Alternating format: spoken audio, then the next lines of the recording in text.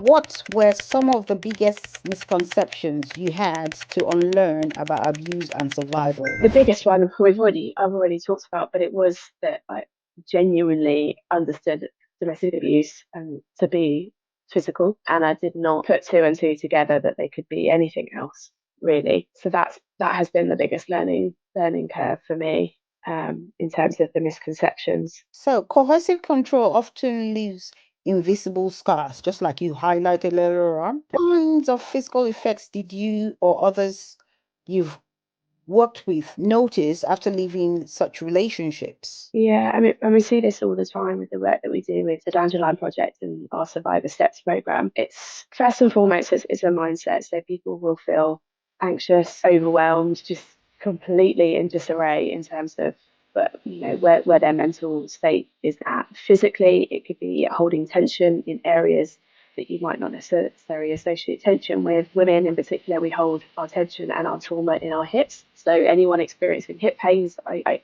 instantly want to understand what's going on for them in their life, as a bigger picture. You have things like sleep problems, either oversleeping or undersleeping, or not being able to kind of just allow your body that natural space to kind of live in the day-to-day life. People that have come to me with headaches, with symptoms that look like ADHD almost, so like a hyper alertness and a hyperactivity, and then ultimately a crash and burnout at the end of it. So yeah, it's definitely not just the physical and emotional, but also like the physiological effects as well. And that leads me to the next question, which is how does prolonged stress and hypervigilance manifest in the body after abuse? I know you've highlighted a bit about it. Yeah, if you understand that your nervous system in that time you've been in relationship with it has unconsciously been on high alert the whole time, we can think back to triggers. In my instance, it was about things that I wore, or um, going out and seeing friends, or going to a certain dance class that would create particular tension around knowing something. This is what I want to do. This is,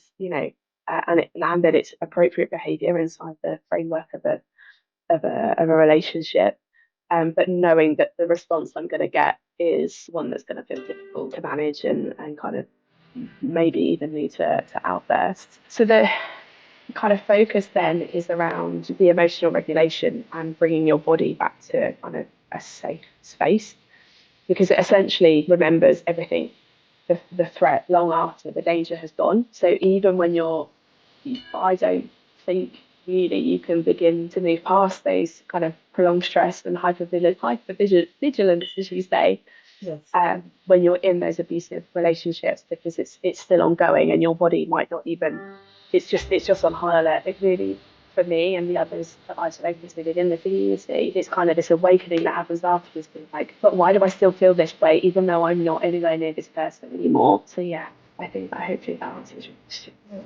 Thank you. Be safe and be positive. Don't forget to visit our social media handles: TikTok, YouTube, Facebook, Instagram at Rising Above Shadows of Abuse. Thank you and bye for now.